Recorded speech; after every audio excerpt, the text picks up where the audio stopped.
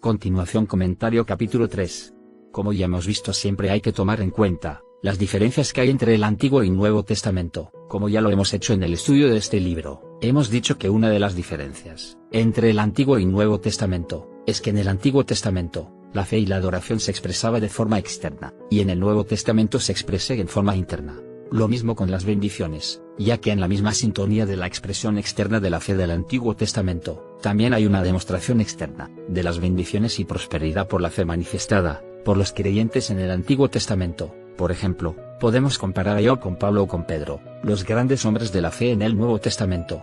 Job, al final, fue recompensado o bendecido por mantener su fe hasta el final, no así Pedro y Pablo, ya que su recompensa no era material o de este mundo, sino que su recompensa era partir a la presencia del Señor, como lo hemos visto ya en el ejemplo de Pablo. Por lo tanto, una de las diferencias entre el Antiguo y Nuevo Testamento es que en el Antiguo Testamento hay muestras visibles de cómo Dios bendice materialmente a los creyentes fieles. En cambio, en el Nuevo Testamento no están esas mismas bendiciones o prosperidad material. Comparemos con Mateo 6, 19 a 20. 19. No os hagáis tesoros en la tierra, donde la polilla y el orín corrompen, y donde ladrones minan y hurtan. 20. Sino haceos tesoros en el cielo, donde ni la polilla ni el orín corrompen, y donde ladrones no minan ni hurtan.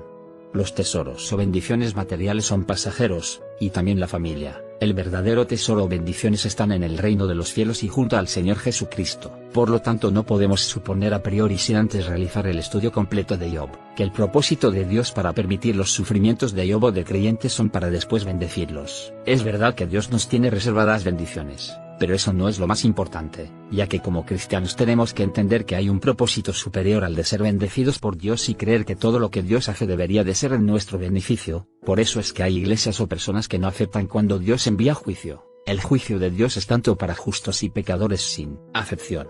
Comparemos con Mateo 5:45, 45. Para que seáis hijos de vuestro Padre que está en los cielos, que hace salir su sol sobre malos y buenos, y que hace llover sobre justos e injustos. Muchas iglesias o personas que se dicen ser creyentes pueden decir que su religión, o decir que hasta Dios mismo lo ha prosperado, pero cuidado en ver a las riquezas como signo de la medición, o prosperidad que Dios nos tiene preparados. Jesús y el Nuevo Testamento son claros al indicarnos que nuestras bendiciones no dependen de los bienes materiales, ni siquiera por tener una familia numerosa. Comparemos con 1 Timoteo 6, 2.7 a 10.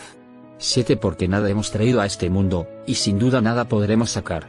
8. Así que, teniendo sustento y abrigo, estemos contentos con esto. 9. Porque los que quieren enriquecerse caen en tentación y lazo, y en muchas codicias necias y dañosas, que hunden a los hombres en destrucción y perdición.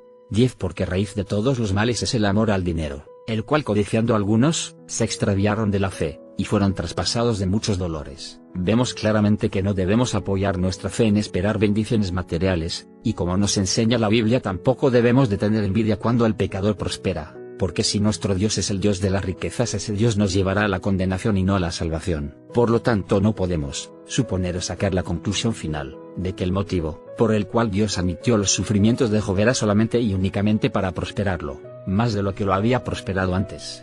Sigamos viendo unos versículos de Job. Versículo 8 dice: los que se apresuran para despertar al Leviatán. El Leviatán se supone fue una criatura marina mitológica, que se puede comparar a un cocodrilo o que lo imaginan como un monstruo marino de varias cabezas, pero también puede ser un dinosaurio marino, del cual los hombres de esa época tenían cierta memoria o conocimiento, como por ejemplo la descripción que hace el libro de Job del Leviatán. Pero hay que entender que muchas de las palabras o figuras literarias de este libro tienen un sentido simbólico o alegórico, expresando más bien una idea que una reflexión literal de lo que se está diciendo. Al decirlo que los que se apresuran para despertar al Leviatán, probablemente se está refiriendo a los que se apresuran para despertar a la muerte, no necesariamente que anhela la muerte, sino que con actos temerarios despiertan a la muerte o desafían a la muerte. En este caso sería el Leviatán. El versículo 20 al 26 Job hace la siguiente pregunta: ¿por qué se da la vida al hombre? Es decir, ¿cuál es el propósito del hombre en este mundo? Y esa es una de las preguntas que vamos a tratar de contestar.